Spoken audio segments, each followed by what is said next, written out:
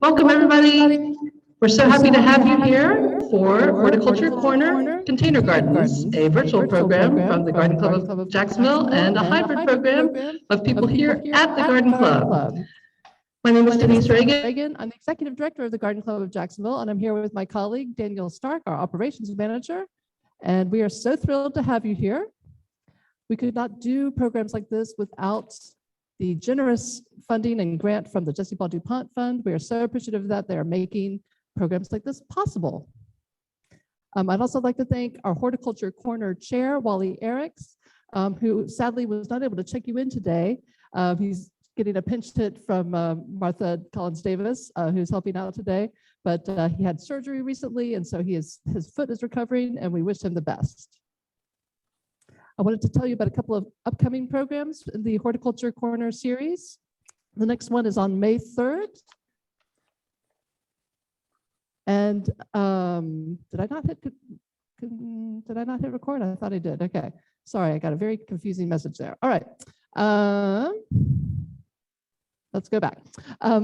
We have Horticulture Corner Bonsai on May 3rd with Joshua Brown of the North Florida Bonsai Club, who's going to be talking about the beauty and serenity that bonsai trees create and learn a little bit more about how to do them. So join us on May 3rd for that. And then on June 7th, we have River Friendly Yards with Charles Gooden of Johnny Appleseed Organic. You do not have to put horrible chemicals on your yard and plants that will threaten the health of the river. There's other ways to do it, and he's going to help you figure out how to do that. So join us on June 3rd for that. I'd also like to invite you, if you're not a member of the Garden Club of Jacksonville, to think about becoming a member. We have lots of great programming, many things that we do that are drastically reduced prices for members. Not all of our programs are free like this one, but so think about it. And if you have questions about it, please come see me or Daniel, and we'll be happy to talk to you about membership. Now it is my great pleasure to introduce our speakers for the day. Jen and Brandi Burnham are the owners of Lush Leaves, a state-certified plant nursery. On top of growing unique houseplants, Lush Leaves hosts classes and events around the area. They've been in the nursery industry for more than 25 years, and they still learn something new every day. They also teach me things that I have never even heard of in the last 5 minutes. So they're really knowledgeable and great people. So Jen is going to be our speaker for the day, and Brandi is going to be our question taker. She's going to carry the microphone around to have you kind of join in the conversation. So with that, I'm going to stop sharing my screen so that Jen can join us on stage. Please welcome Jen Burnham.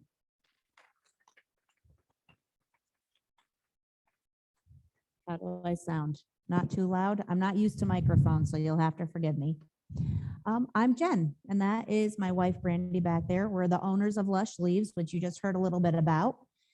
And we make our living playing with plants. It's not a bad way to do that. Today, we're going to talk about container gardening, which is a topic all of you have probably heard about and discussed 1,000 times. But what we're going to focus on is gardening and how that can actually appeal to different senses: calming, invigorating, energizing, soothing. There's lots of different things that we can use our container gardening for. We know the old term thriller, filler, spiller, and that is a really simple way to actually accomplish a beautiful container garden that will appeal to sight. But when we get into other things, like your sense of touch, your sense of smell, you're going to use things like lavender, like lamb's ear, and even things like jasmine in a large container. Container gardening can be done inside or out. Our business, we really focus on a lot of indoor plants, as you could tell. And so our knowledge is not stuck to those, but that's what we use daily. So when we're working on container gardening, and my big thing is you want to draw somebody's attention. I want to see something pretty, and that draws me in to see what other senses can I actually use to enjoy this planter. So when you're going with your thriller, your spiller in houseplants, we all know what this is. Your snake plants, super easy, super forgiving, and is quite a statement piece on its own. that can also be used as your backdrop in a container planter. Something as simple as Pothos. This is your neon Pothos. Easy to grow, very, very forgiving, and easy to propagate, which isn't really something we want to talk about today, but you probably know that if you're members here. Your plants should appeal to you. That's one thing that we always stress. What you plant is personal preference. There are guides, there are suggestions, there's the hot new plant of the year, and those are all really, really fun. But what do you want to see? What I put in my front yard is for me to enjoy, and if my neighbors happen to enjoy it, that's a bonus. I don't know if anyone here grows lavender, rosemary, even basil and oregano and thyme. We're not vegetable gardeners, but we use those as accent pieces in our container gardens out in our front yard. And to be honest, we do most of our gardening in containers.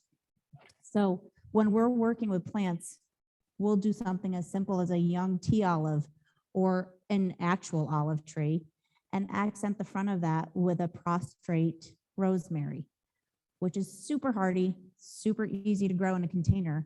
And in fact, we have some, which you have probably seen in your travels around gardens, that will grow a tree trunk on them. They're so hardy. And you're gonna have to forgive me. This is a very big room and it's a little intimidating. I've talked in front of a lot of groups and this room swallows us. So if you guys wanna get closer, you're more than welcome to. I am going to touch on a little bit at the very end, just on living walls. Living walls is not something that we do frequently, but we have a little bit, and I was asked to touch on that topic. So we'll get to that in a minute. For right now, it's just something pretty to look at. We're going to go with our outdoor container gardens. Everybody is familiar with crotons. They're a landscape staple everywhere here.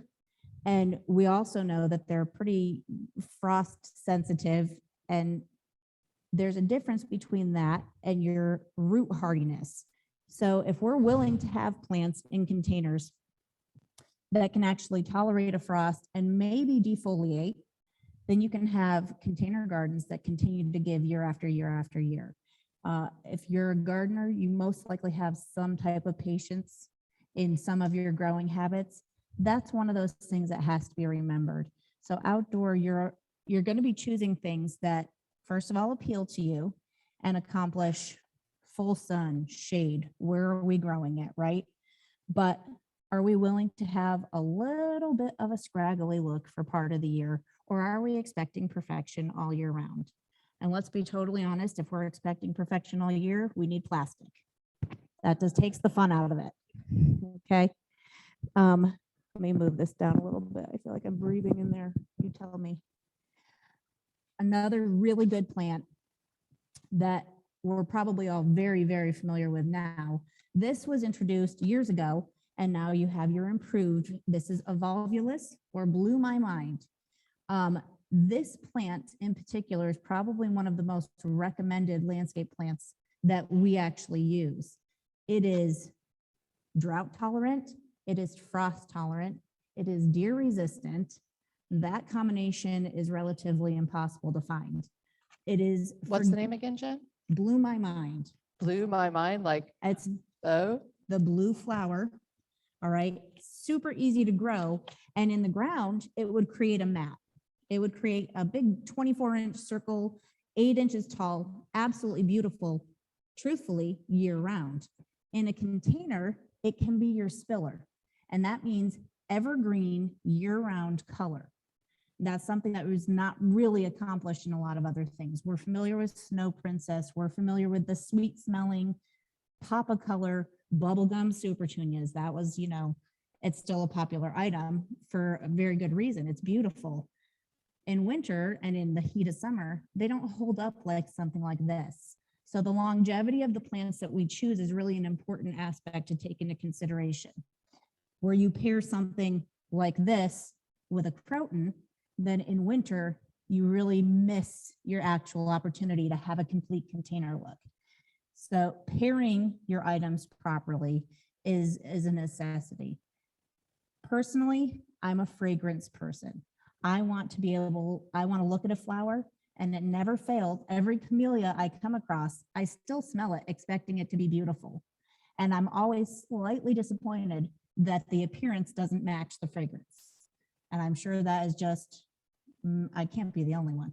Please tell me I'm not the only one. But I like to use things like jasmines. Any kind of jasmine, they have a bloom period that is sporadic throughout the year. Your Confederate jasmines, your Asiatic jasmines, they're beautiful, they're hardy, they're evergreen, but their fragrance, Confederate in particular, is for a specific period. If you go into things like Sambac jasmine or Arabian jasmine, they can be shaped, they can be kept in a container size, and they make a really good backdrop for other fragrant items. So looking to pair things like your sweet alyssums, your snow princess, that can offer a continuous fragrance. There's even gardenias, buttons gardenias, that stay relatively small without pruning and can offer beautiful fragrance throughout the growing season. And a lot of those things would be more evergreen than we like to give them credit for. So this year was an exception. It's the first year in a few years that we've had a significant frost. And I am not a fan of babying plants through winter. So we kind of have a survival of the fittest plan in our yard. But this year was an exception, and we blanketed and we used our Christmas lights and we covered and closed the greenhouse, and we still lost stuff. That's nature.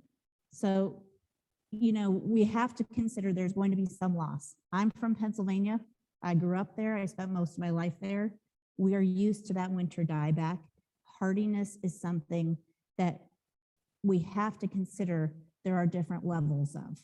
And as Floridians, we're expecting green and lush year round. That's not the case outside. There is just some stuff that has to have a break. Does anyone have any questions at this point? This is the other thing. I'm not a really formal speaker, so feel free. If you have a question, just put your hand up so Brandi can get to you with a microphone. But I welcome comments, questions, quizzing, whatever you want to do. Please feel free to interject and Yeah, but we need to record it, so yeah. You mentioned Arabian jasmine and snow princess, Mhm. and the button gardenias are good container plants. they are. Do they require sun though? If you wanted to put something like that on your lanai, would that work or no? If it's a covered lanai, It's covered. it can work. So there's a difference of no sun and filtered or reflective sun. Okay. Those all play a part in our gardening. And things like jasmine and gardenias can absolutely handle reflective or filtered sun better than things like snow princess. Okay. Snow princess really requires significant sunshine to be at its best. Anybody else? I find that kind of amusing and ironic. Snow princess needs sun. I know. It's a beautiful plant. And again, those are plants, you know, when we're doing container gardening, staggering them for seasonal changes is important also. So what grows really, really well right now in Florida, in another month, will start to kind of struggle and peter out as the heat increases, right? So things like Angelonia, which you probably are familiar with as well. Beautiful purple, whites, and light pink flowers.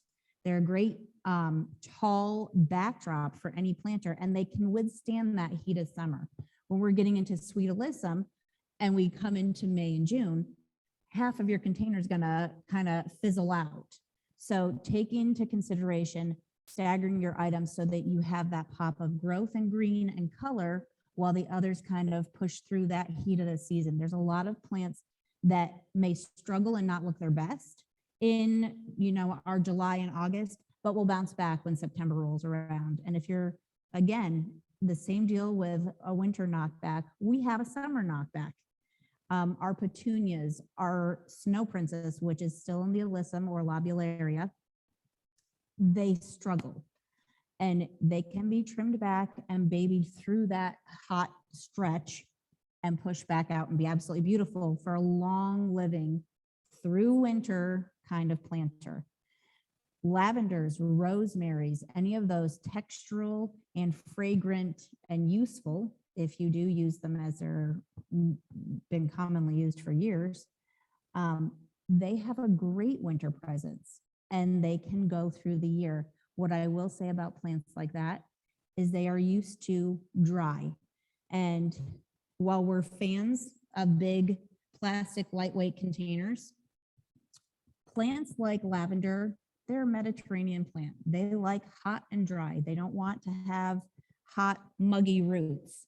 So we have found in our yard and in our growing nursery that terracotta, as unattractive as it can be sometimes, personally, it's my very favorite. It's very, very efficient in taking care of plants that like to dry out. It's also really good for plants that like to be wet because you can actually water and see that happening. And that's your gauge. Is my terracotta light or is it dark? All right, well, we're starting to fade out. It's time to give it a drink. Or my lavender is not wilting yet and it's bone dry. It's obviously happy. So it makes it an easy plant or an easy container to try to grow in. And it is not for everyone and it is not for everywhere. We have 2 kids and it is breakable and it is all kinds of things. So, you know, you definitely want to know where you're using it, but by far that is the medium we like to plant in the very best.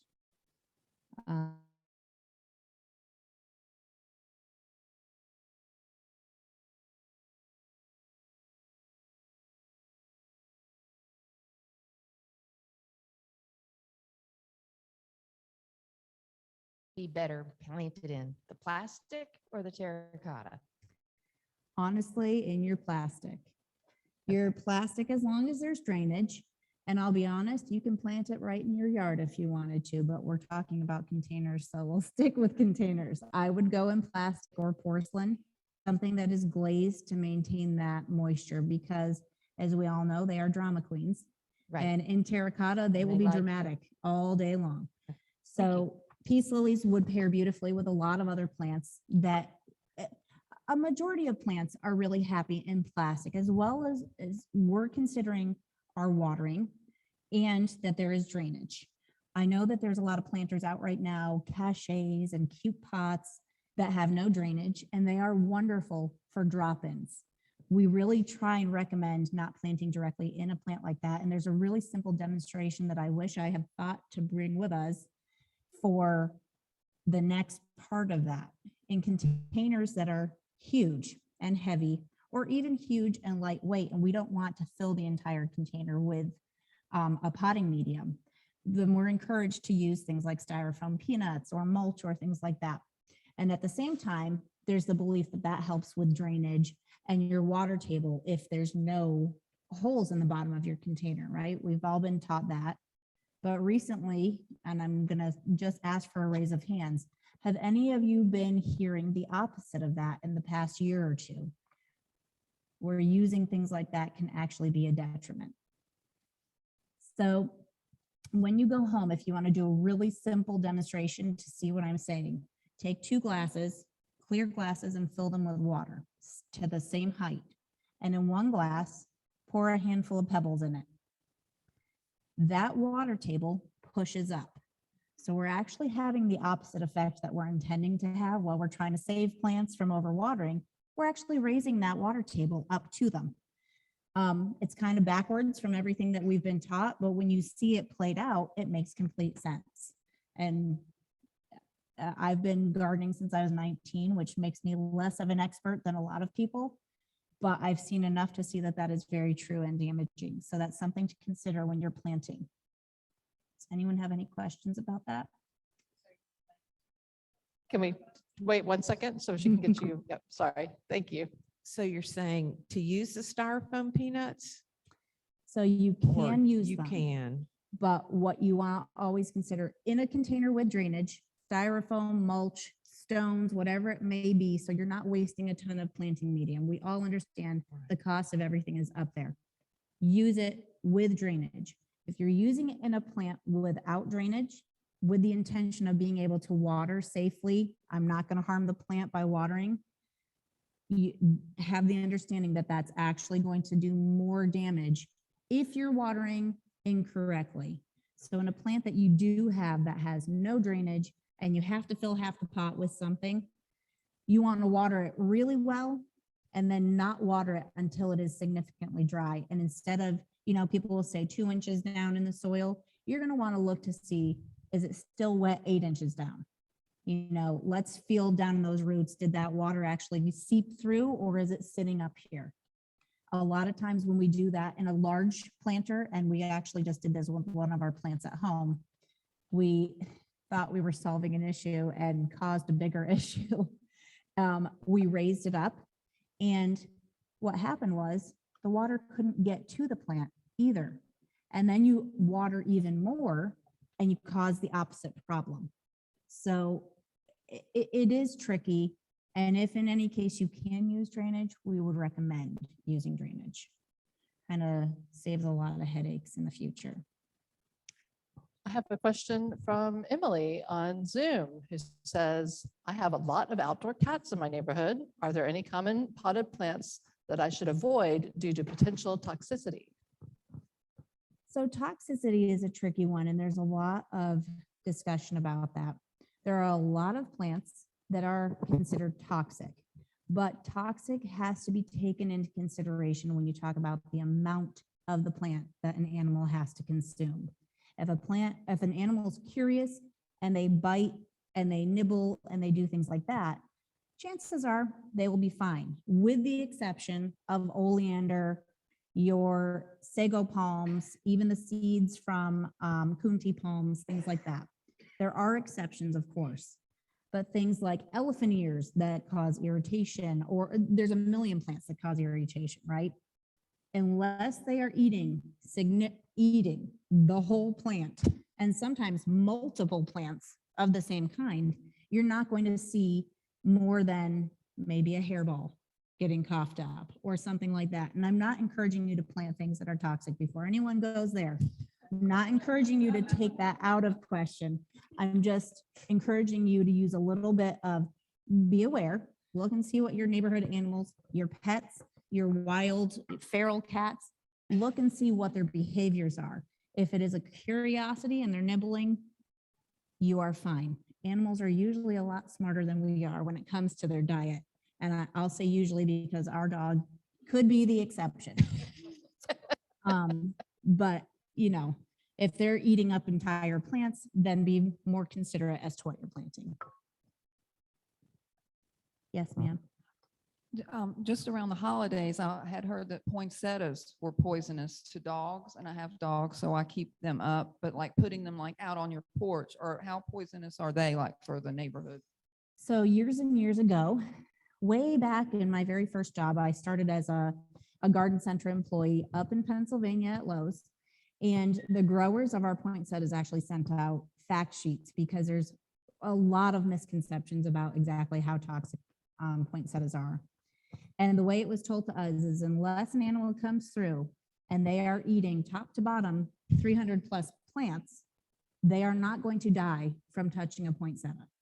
Now, that being said, you may, again, if they're really actually eating it and not just taking a passing bite, if they're really eating parts of that plant, there may be stomach upset. There may be skin irritation from the sap. That goes with a lot of milky plants. Skin irritation is part of it for humans as well. So those are all things to consider. Unless you're eating a whole greenhouse, I don't think that you will have a dead animal. But I'm really not trying to be flippant. There,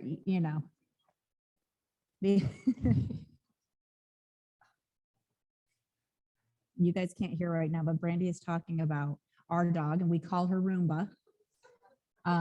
She's a little Brussels Griffon, and she doesn't eat any live plants. She doesn't. She comes in the greenhouse with us when we work in our backyard, and she just scours the floor for fallen leaves all the way through, and she eats everything. And not to be gross, but about once a month, she might throw up. And that means she had a big day in the greenhouse.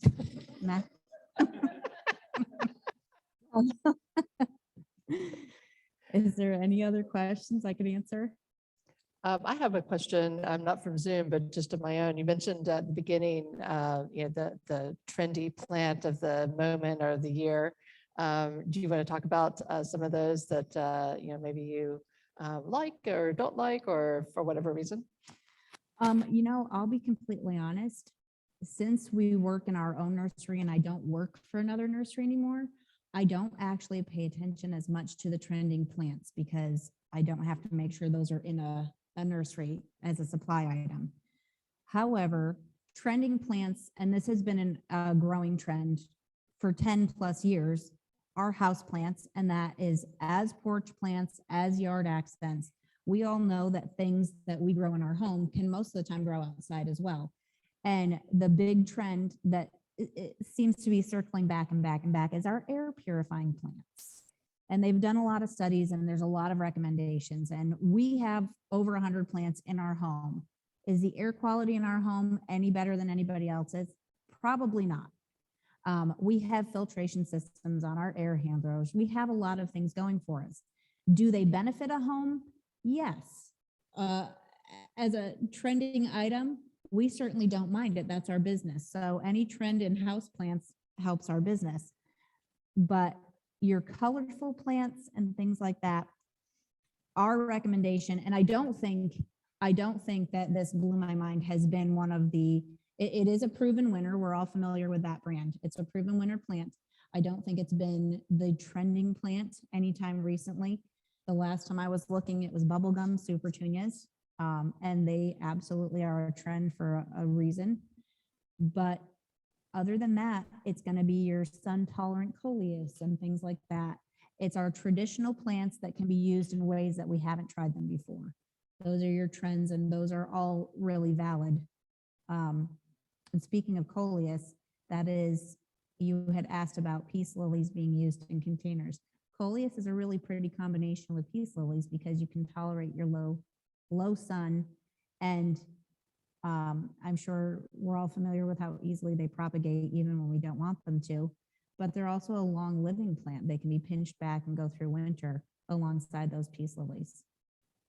So Brandi just gave me a list of plants that were the most popular for 2022 so far. So Calancho, Allocacia, silver dragon, pineapple plants, extra large house plants, bird of paradise, Eureka palm. Yep.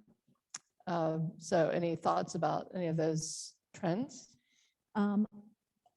Half of those are house plants, so we're right on target. You know, your bird of paradise, one thing that we see a lot of is using those in the wrong areas.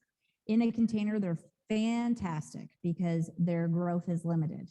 In your yard, they will swallow up a portion of your yard if you do not intend them to.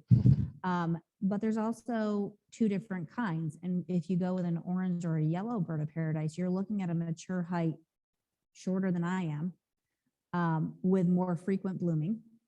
So that orange and blue bird of paradise you see pictures of everywhere, and it's in bouquets and it's in floral arrangements. That is the one that is much slower growing, much daintier growth habit, and can be easily used in light shade to full sun. Happy, happy, happy. White bird of paradise can be as tall as these ceilings and can swallow up a 10-foot section of your yard in 2 years if you're not watching it. So those bibs come out pretty quickly. Their flowering is when they're more mature, so you don't get the benefit of the flower as quickly as the orange one. The Eureka palms that were mentioned are absolutely stunning. I would recommend them for container, and the reason for that is they're a little more cold sensitive than the palms that grow naturally here. They will show damage more quickly. They take a long time to recover, but that's standard with most palms. Slow to recover, slow to regenerate new leaves, slow to uptake nutrients. So be cautious where those are used. Allocations are one of our favorite plant groups, and we have several different kinds that we grow for sale and that we just have in our yard. Silver dragon is beautiful. They can be easy to grow. One thing that I caution anyone getting allocations is for spider mites. For some reason, those nice, soft, juicy leaves, as we all know, are pretty tempting for some things, and spider mites can be a well-hidden pest until the problem is serious. So, and that goes for silver dragons all the way up to regular elephant ears. If we're watering inconsistently or incorrectly, we're kind of inviting those problems in. Does anyone have any questions on that? I do have a question about, one of the great things about container gardens is you can put lots of different plants in them, create something really, exciting and cool. How much do you have to worry about different drought tolerances, watering schedules, those sorts of things? You always Light. want to take into consideration your light factor is the one we pay the most attention to, right? We know, oh, this is full sun or this is full shade. That's an easy thing to figure out. Your watering schedule is a little bit more different because in everybody's yard, your watering could be different. In my home, I might water every 2 weeks and everything is fine. In your home, you might have different light, different air circulation, and you might have to water more frequently or less frequently. So, and then that also depends on your plant. If you're planting an outdoor container for the shade and you have peace lilies and New Guinea impatiens and Coleus, well, New Guinea impatiens and Coleus can withstand water for a long time if you have to. They can go 2 weeks without water and not show any stress at all, while your peace lily is constantly, help me. So we get into a little bit of a tricky situation. And I think that's more so with shade than sun. Sun helps our plants use their water more quickly and not necessarily more efficiently, but more quickly. So when we get into sun plantings, crotons, zinnia, anything like that, that is high sun, you can water more frequently. They're kind of on the forgiving side. However, if we get into a situation where we have a week's worth of rain, and then, 2 days later, it's 100 degrees and we think we need to water, that's something where you kind of take a minute, feel your soil. If it's significantly wet below the surface, we have to use some common sense and not water because they also will get root rot easily, especially in the heat. So pairing things properly is a kind of trial and error sometimes. Unless we're going straight across the board with succulents, we can say, plant it, forget it. If it rains on it, it's okay, as long as there's drainage and I don't need to water. Other than that, there's a little bit of play that comes into it. Any other questions? I did get a comment on Zoom that says the ASPCA has a free toxic and non-toxic plant list for dogs and cats on their website and their app. So if you're looking for plants that will play well with dogs and cats, that's a good place to go. Does anybody have any more questions? I'm going to go really quickly to living walls. There was some interest with that. And this is not a true living wall, but this is on a miniature scale. And of course, with air plants. Air plants are super popular for a million reasons. They're cute and they're easy and they're usually inexpensive. So if we kill them, we can replace them quickly. I'm not encouraging you to kill them. There are simple ways to take care of them, but living walls, they sell self-contained units. You can make do-it-yourself units, and depending on the plants you want to have in a living wall, there's a variety that you can do. There's a few nurseries and facilities we go to now that have huge walls of different philodendrons and pothos, and they're beautiful and they're full and they're just gorgeous. They require a lot of maintenance. You have to watch for pests. They're a little bit more crowded. You have to consider your watering system. Things on Amazon, for instance, you can get a 2x2 little watering unit. It's self-contained. Everything is easy peasy. So you can remove it from your wall and take care of it and watch for your water content being too high. A lot of them also have a really simple kind of wicking system, not true hydroponics, but that wicking system so that their roots aren't necessarily sitting in water. I'm not a big fan of self-contained units because we could just say I'm a control freak. I want to see what my roots are doing. I want to see how that water is moving. And I don't like standing water. I don't think standing water really invites anything good. We see issues with indoor or out mosquitoes.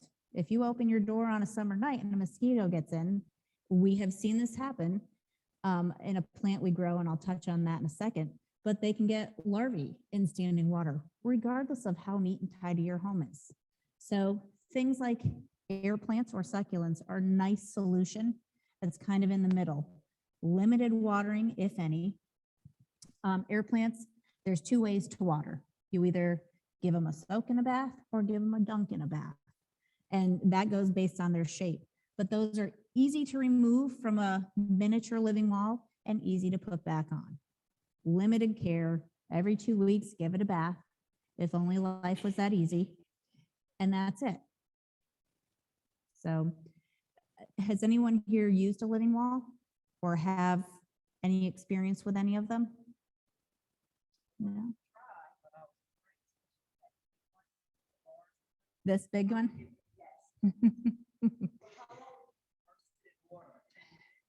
You can. I'll tell you some fun things about these. So I kind of like to call air plants infinity plants for a really simple reason. And we all know that they're a relative of bromeliads. So same type of care. They really don't require much care at all. This is called Xerographica. These are all Tillandsias, so all the same family, different ways of growing. This big alien looking one, this is called Bulbosa. So where I was just saying dunking and soaking, anything that has a big kind of bulbous base on it is a dunker. And that is simply because they don't absorb as much as the others. They don't require it. Quick dunk, that's it. Take it out and let it dry. Something like a majority of the rest of these, including the Spanish moss. And this is professionally grown Spanish moss. That's why it's so pretty. It's not the stuff that we're going to snatch out of trees. You can give it a bath to up to 20 or 30 minutes without harming it. The importance is letting it dry after that bath. So anything that is a vase shape, like it's the opposite care of a bromeliad in this aspect. Bromeliads, we want to feed that cup and have it hold water, right? Your air plants, you want to soak them. They're going to absorb their nutrients, their water needs through their leaves. And then when we let them dry them upside down. That excess water sitting in them can make the base of it rot. Now, if we do those things and you put them in highlight, one big problem we have, and it's from a lot of our customers, we'll talk them through it, is people put them in shade. Well, they're sensitive. We can't put them in sun. If we look where air plants grow, they're out in the sun, dappled sun, all day, all year. Highlight. Water on 1 to 2 week schedule. Let them dry thoroughly. The mother plant can live 2 to 3 years. And simple cycle of life, it will produce a bloom spike regardless of what kind. I'm going to skip Spanish moss for this. Regardless of what kind of air plant, you're going to get a bloom spike.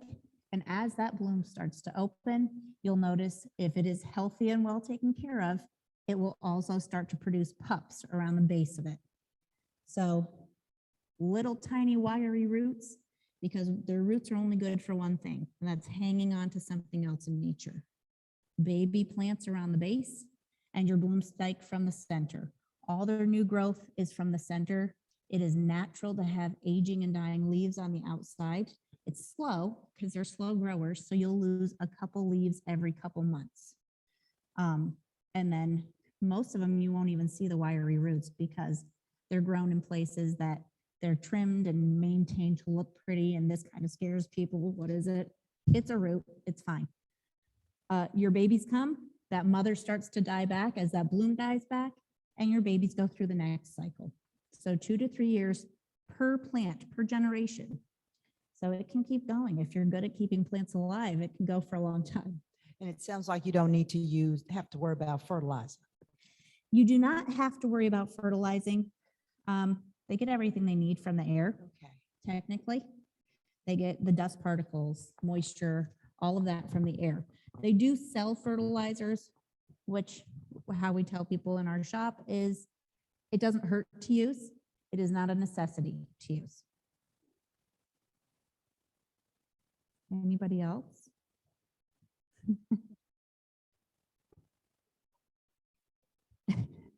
Can you speak to fertilizing the containers? Just typical flowers. Absolutely. Do you have one that you like better than another?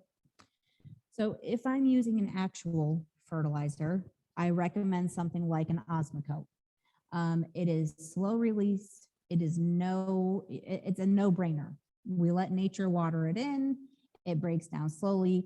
Now, the tricky part of slow release is that your elements that are in it, your NPK and any of the minor elements, can break down at different rates. And so sometimes as it ages, Osmocote technically has, I think, a 6-month, depending on the formula, 6 months it can feed up to. Well, here in Florida, anything that is 6 months, you really want to knock about in half, because we go through extreme heats, extreme rain, and those seasonal changes make it so that your fertilizers break down at different rates. So always remember that as well. And inside of that, the breakdown is not necessarily even. So you want to consider those things. What we use for our plants is Fertilome, geranium, and pansy food. And it is a Miracle Grow-like fertilizer, but it is 20-20-20. So it's that instant uptake. It's a liquid, but it's a much higher rate. Most Miracle Grows are 0.1, 0.1, 0.1, if that, and which is why it's safe to use them so frequently. If you're feeding with something like the Fertilome, it will feed them really well, and there's no residual. It washes away. If you're using something like Osmocote, which is safe, and I would recommend, it's just you want to take into consideration applying it a little bit more frequently than is necessarily recommended on the package. So from 6 months, 3 to 4 months. Any other I do have a questions? question on Zoom. What is the most attractive / healthy way to help a jasmine or Medevia climb a wood post or tree trunk? Well, if anyone knows us really well, the most attractive way is usually not the way we go. Whatever way is most effective is how we will go. And once they actually latch on, you can remove those assistants. We have used things like your Velcro cable strips. That's one of the easiest and most easily removed ways to secure it up onto something as it reaches those little feelers out. Once it's attached, take those down. You can use them on the next batch. That's the simplest way. Mhm. We don't tie anything on or do any type of permanent restraints to hold them onto it.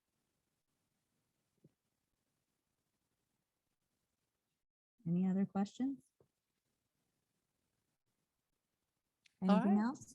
Well, thank you very much. Oh, one more.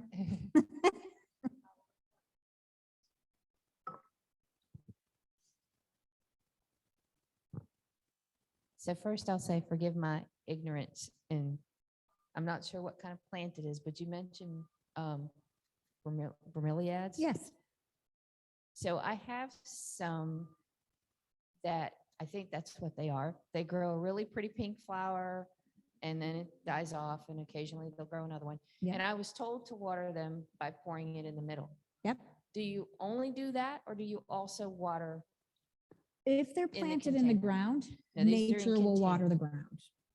ground. The nutrients and everything in bromeliads. So bromeliads, air plants, a lot of orchid varieties are what are considered epiphytes, and they don't really use, like I was saying, their root system other than anything for an anchor. Their nutrients, their uptake of everything is in the center of that plant. And so your bromeliads are the same way. You don't necessarily need to water the soil. If it's in a container, They're water containers. that. You'll notice when you water it, some of it will trickle down into the soil as well, a fraction of that. That is sufficient. It will take everything it needs from that cup. Okay. I'm doing something right, because I got a bunch of babies. That's why I got to, and it's okay to take them off and Absolutely. plant them another. Yeah. I got work ahead of me. We all do. Jen, I wonder if you could, oh, wait, we have another question here.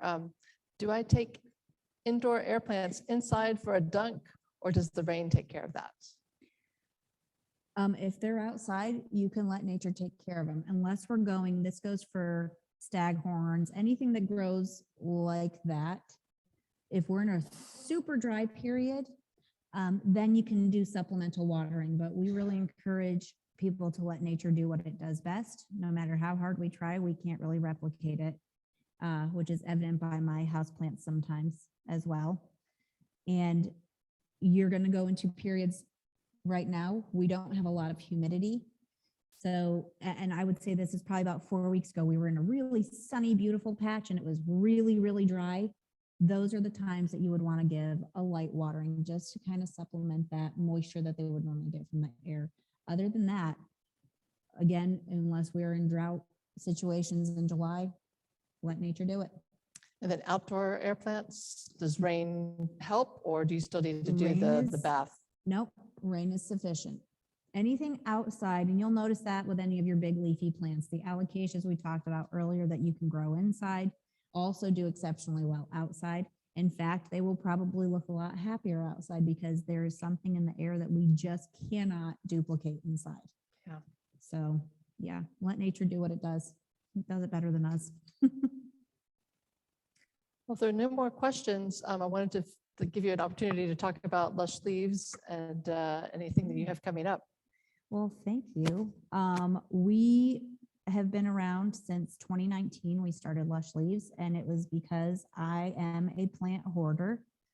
And my wife said, let's get rid of some of these plants because we have too many. And here we are. We're going on to year 3. We've just opened a shop in San Marco that is a combination of air plants and succulents, pottery, and also we work with local makers. Some of our very, very good friends in this little maker grower industry have come into the shop and supplied other items to make it really a fun little space to shop in and visit. You can find gift items and plants and small furniture and upcycled items. Open 10 to 6 Monday through Saturday, but we're super excited. We're going to be doing an Earth Day broadcast with River City Live. We have been on there a couple times and we get to be on their show again next Friday, and then they'll be coming into the shop to talk to us as well at around our grand opening, which is actually next Saturday, April 23rd is our big celebration. The doors are officially open, but we are going to party it up and celebrate being open on the 23rd. So we'd love to see some new faces. It is at 1566 Hendricks Ave. It is formerly Sarah's Bakery. If anyone is familiar with that at all, on the corner of Hendricks and LaSalle.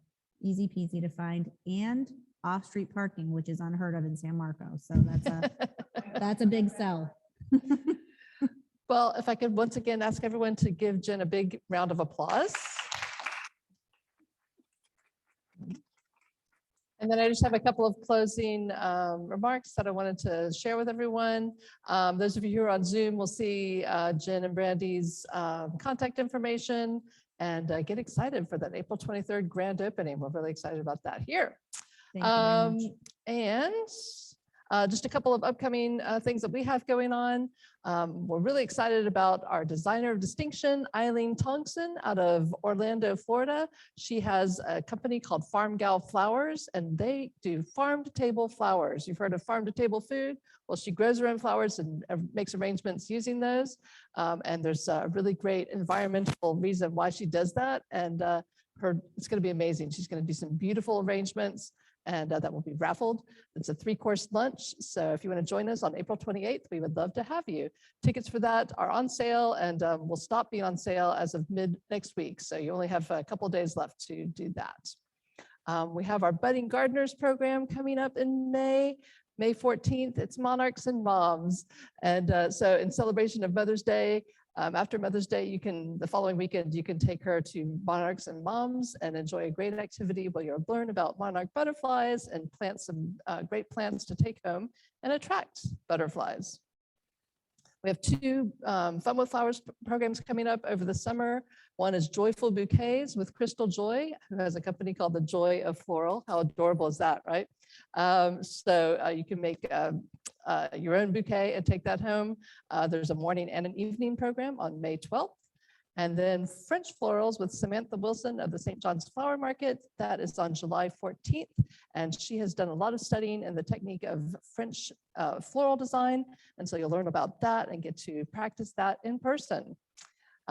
We have a survey that we would like you to take. Everyone on Zoom, you'll get that link We'll also send it out to you afterward, and you can also use your phone to scan this QR code, which we also have on Zoom.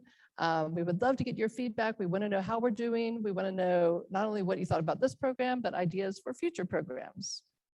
Once again, I want to thank the Jessie Ball DuPont Fund for helping us with this program and others, and thank all of you for being here. We really appreciate you coming out on a Tuesday to enjoy this really great program. Thanks once again to Jen and Brandi and to all of you. Thank you. Have a great day.